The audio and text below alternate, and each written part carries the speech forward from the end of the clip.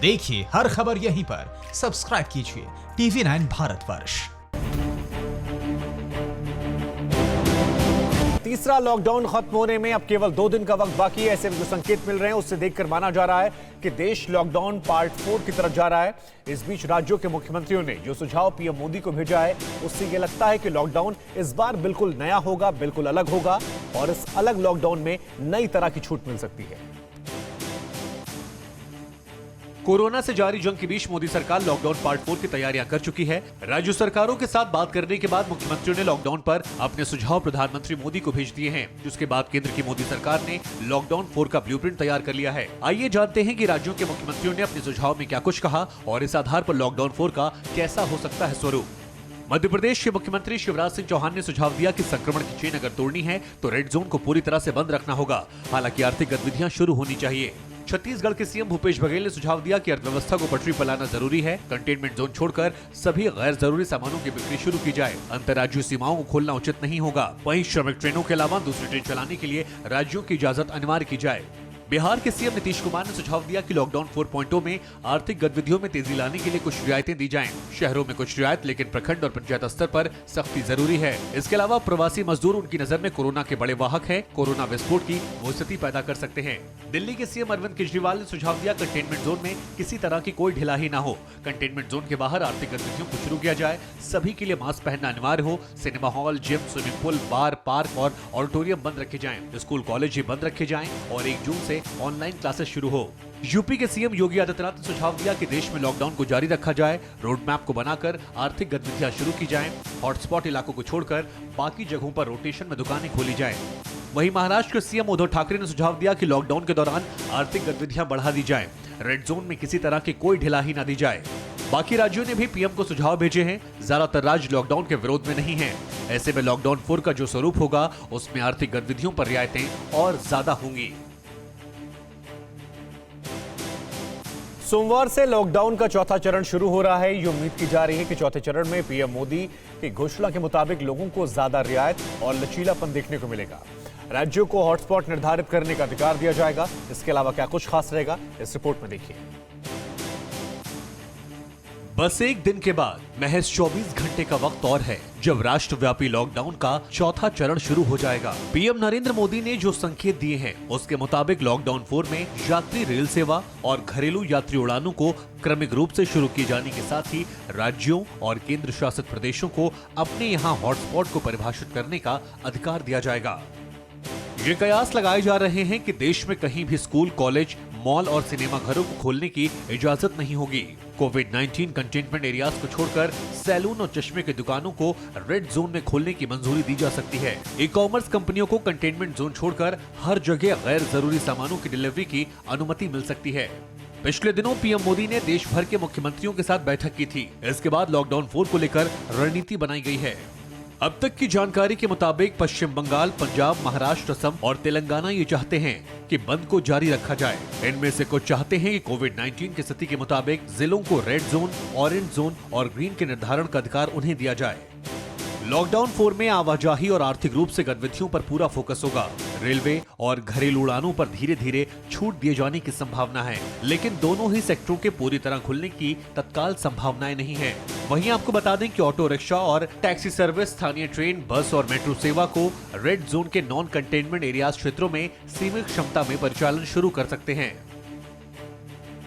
Railway Delhi से 15 स्थानों के लिए पहले ही विशेष ट्रेनों का संचालन शुरू कर दिया गया है। इसके अलावा अलग अलग इलाकों में फंसे प्रवासी कामगारों को उनके गंतव्यों तक पहुंचाने के लिए सैकड़ों श्रमिक विशेष ट्रेनों का भी संचालन किया जा रहा है।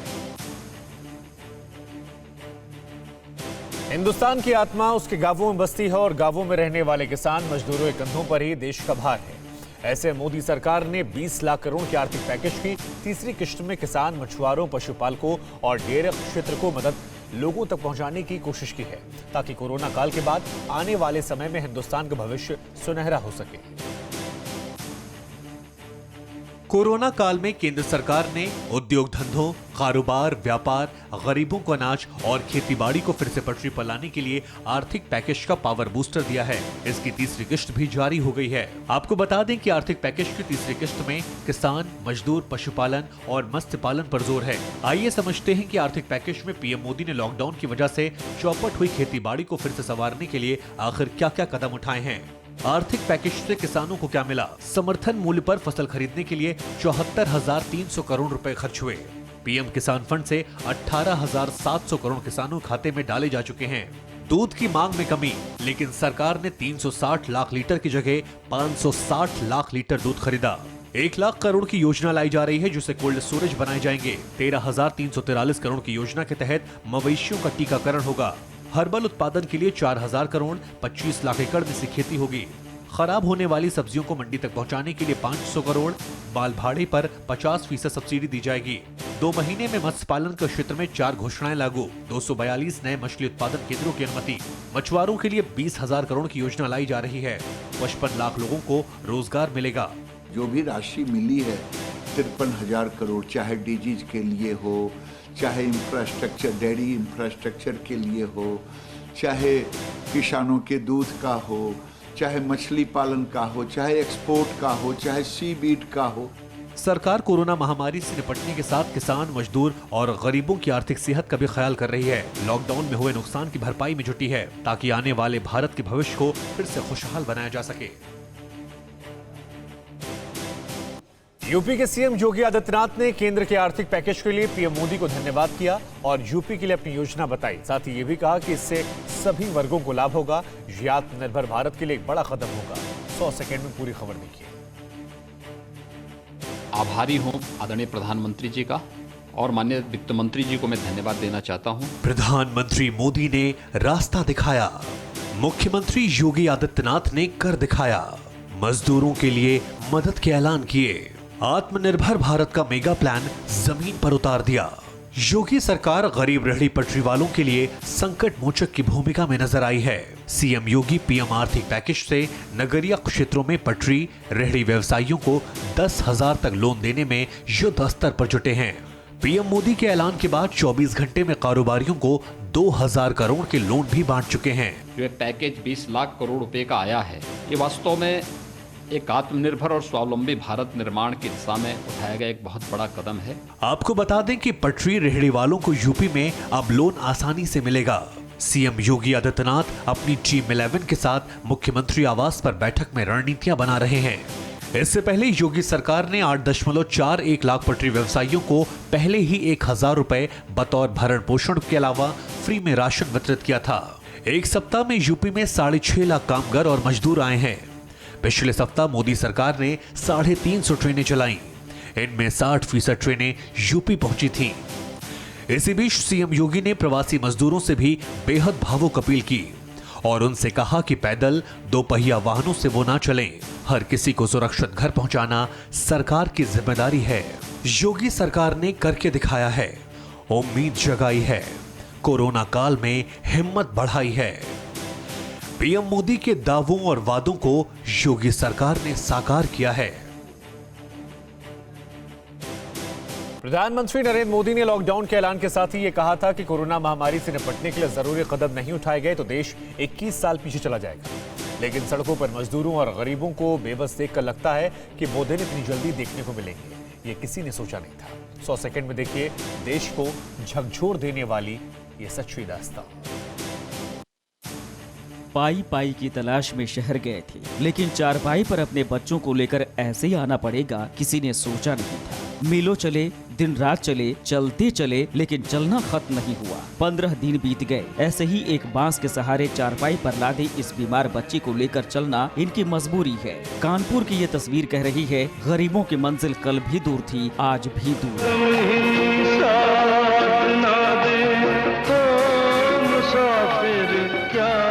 15 दिनों का सफर लुधियाना से चलते हुए कानपुर पहुंचा। रास्ते में कई नाके आए, पुलिस वाले मिले, लेकिन किसी ने मदद नहीं की। लुधियाने से आ रहे हो?